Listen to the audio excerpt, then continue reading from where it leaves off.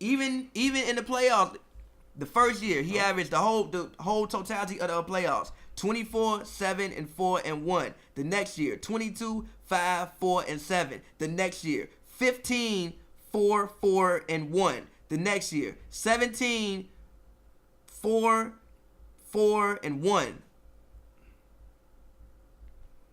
Kyrie Irving. Okay. I'm not mad at that. I'm not mad at that opinion. Kyrie Irving. I'm not mad at that opinion. Playoffs. They been going what? Yeah, three years straight? Yeah. Okay. I'm not. 19, No, you're right. 3, You're right. and 1. The next year, 25, 4.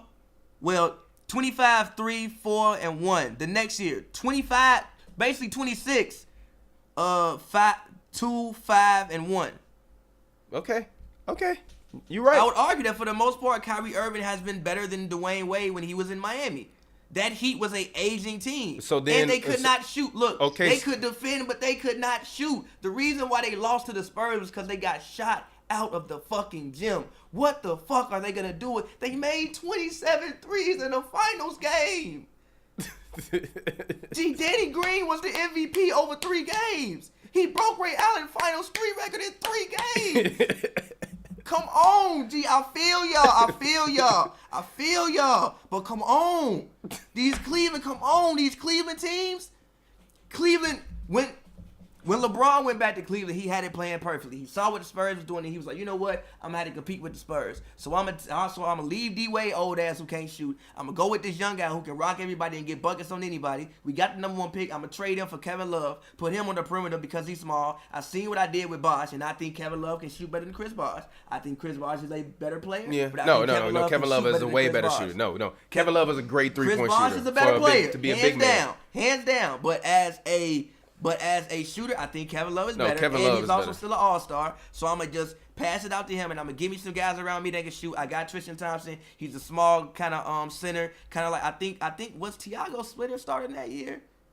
Man, Kevin Love career average is crazy. He averaging 18.4 rebounds and 18.4 points and 11.4 rebounds for his career. And look, crazy. And look, I'm a give me some shooters and we gonna run the league. The issue was nobody saw Steph Curry becoming Steph Curry. Nobody saw the Warriors doing what the Warriors were doing. If it wasn't for that, he would have came home to Cleveland and won 3 to 4 rings straight.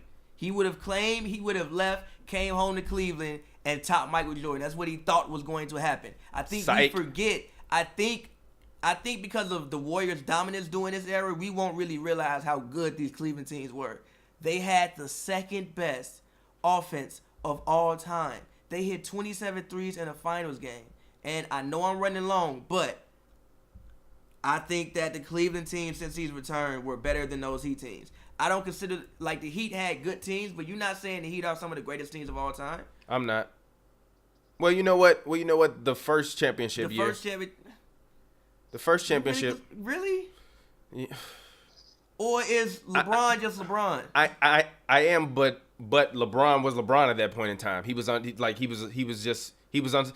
unstoppable now, but he was just at a different level of just dominance. Like, it was big, if that makes sense. Do you know what I mean? Like, he's still dominant, but everything he did back then was big. I feel you. You know what I mean? Like, he was a fucking like meteor, like crashing down, and like he was it was just like you had never seen anything like that before. It was like the ferocity of Shaq, but in like a 6'8" like lean body, and blocking everybody's shots with D-Wade throwing up them fucking crazy alley-oops. Like, that was a spectacle. That was amazing basketball to watch. It was amazing. And LeBron was playing amazing after they lost to the Mavs, and he changed his mentality. Shoot them the fuck out of the gym. Okay. The fuck out of the threes would be raining from everywhere. Okay. All right, Chris, how you feel about this? And then we're going to get you out of here so we can move on to the next caller. No worries, but I think you have to kind of look at it year by year. So when they lost the championship in 2011 to the Dallas Mavericks, that team defensively was arguably one of the top teams in the NBA. But Dirk Nowitzki proved to be otherwise. LeBron wasn't where he needed to be at the time. Shelved himself, whatever. Basically. And you look at when he got back to Cleveland's first year. I think that's a close matchup.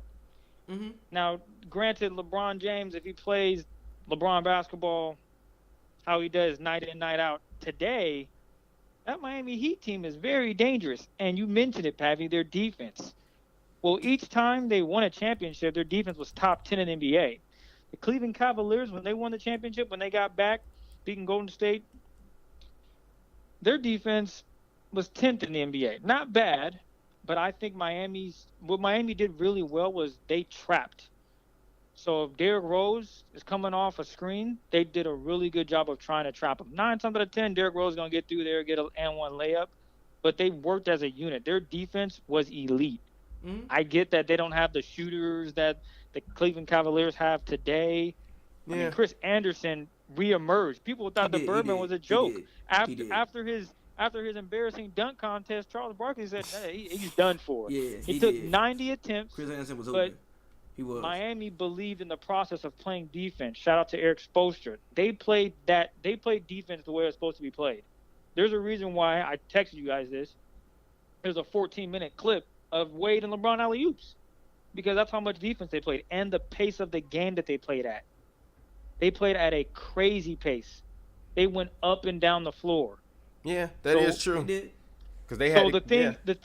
And you look at Cleveland when they won the championship, their first year, or not the first year, but the second year. You know what their pace was? They were second to last. Wow. They were. So you're telling me that Miami Heat, we'll just say the 2010-11 team, right? We'll just throw them out there. Actually, I'm gonna go the the year they won it. 2010-11 team was 10th in pace. I'm sorry. They were 20th. 10th worst in the pace. I'm sorry, they were 10th worst in terms of the pace.